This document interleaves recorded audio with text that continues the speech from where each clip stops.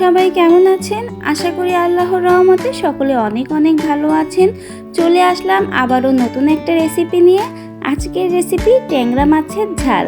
হয়তো এখন বলতে পারেন ট্যাংরা মাছের ঝাল এটা আবার কেমন নতুন রেসিপি, প্রায় তো বাসায় করে খাওয়া হয়।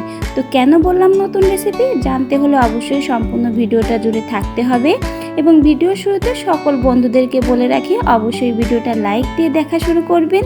এবং নতুন যে সকল বন্ধুরা আমার আজকের ভিডিওটা দেখবেন তারা অবশ্যই চ্যানেলটিকে সাবস্ক্রাইব করে পাশে থাকবেন। পুরনো সকল বন্ধুদেরকে অসংখ্য অসংখ্য ধন্যবাদ। আর ফেসবুক পেজ থেকে দেখলে অবশ্যই ফেসবুক পেজটাকে ফলো করে দিবেন। ট্যাংরা মাছের ঝাল করার জন্য এখানে আমি ট্যাংরা মাছ নিয়েছি, আর বাসায় আমার যে সাইজের ট্যাংরা মাছ ছিল সেটাই নিয়েছি। আর মাছগুলো ভালো করে ধুয়ে নিয়ে এসেছি।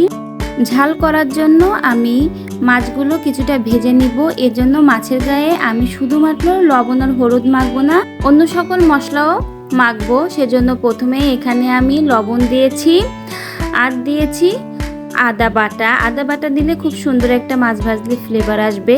হলুদ গুঁড়া, শুকনা ঝালের গুঁড়া এবং ধনিয়া গুঁড়া দিয়ে এখন আমি মাছগুলো খুব ভালো করে মেখে নিব মশলার সাথে।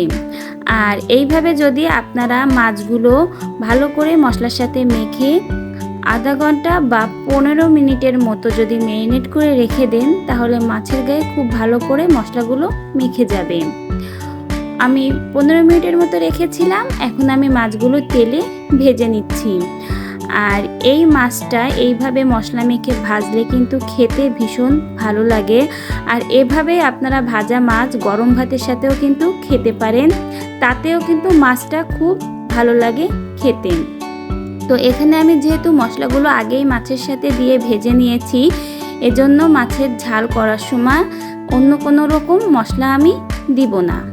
মাছগুলো ভাজার শেষে তুলে নিয়েছি। এখন আমি কড়াইতে পরিমাণ মতো তেল গরম করে পেঁয়াজ ও রসুন একসাথে ব্লেন্ড করেছিলাম সেটাই দিয়েছি। আর এখানে একটু সামান্য আদাও দিব। আর এখন আমি মশলাগুলোকে তেলে ভেজে নিব, মশলায় যে এক্সট্রা পানি থাকে সেটা টানিয়ে নেওয়ার জন্য।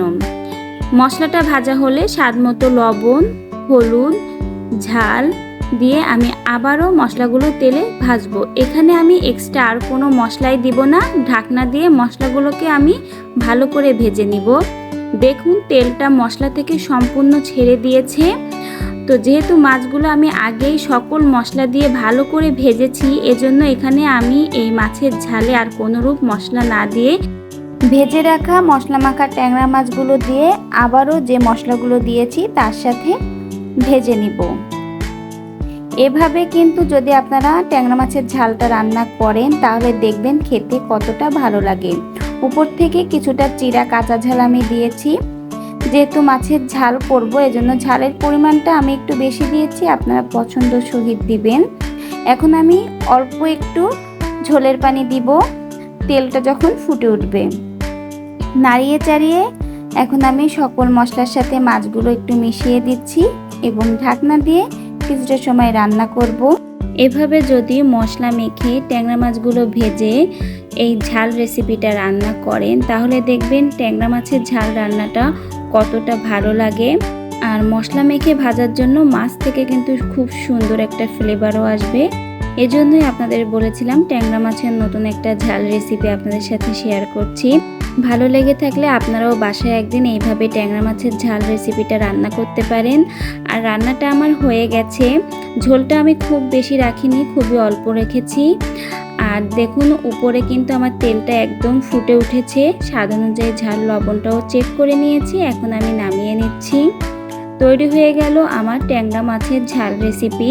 গরম গরম ভাতের সাথে একবার এই ট্যাংরা মাছের ঝাল রেসিপিটা বানিয়ে খেয়ে দেখবেন কতটা মজার হয়। আশা করি আমার আজকের রেসিপিটা আপনাদের কাছে ভালো লেগেছে। সকল বন্ধুদেরকে আবারও অনুরোধ করি অবশ্যই ভিডিওটা লাইক করবেন এবং আমার চ্যানেলটিকে সাবস্ক্রাইব করে পাশে থাকা বেল আইকনটা প্রেস করে দিবেন, যাতে নতুন ভিডিও ছাড়া মাত্রই আপনার কাছে পৌঁছিয়ে যায়। আর ইনশাআল্লাহ আপনাদের সাথে আমি আছি এবং থাকবো। আপনারাও সবাই আমাকে সাপোর্ট করবেন। আজকের ভিডিও থেকে এখানেই বিদায় নিব। দেখা হবে আবারও নতুন কোনো ভিডিও নিয়ে। সুস্থ থাকবেন, ভালো থাকবেন। আল্লাহ হাফেজ।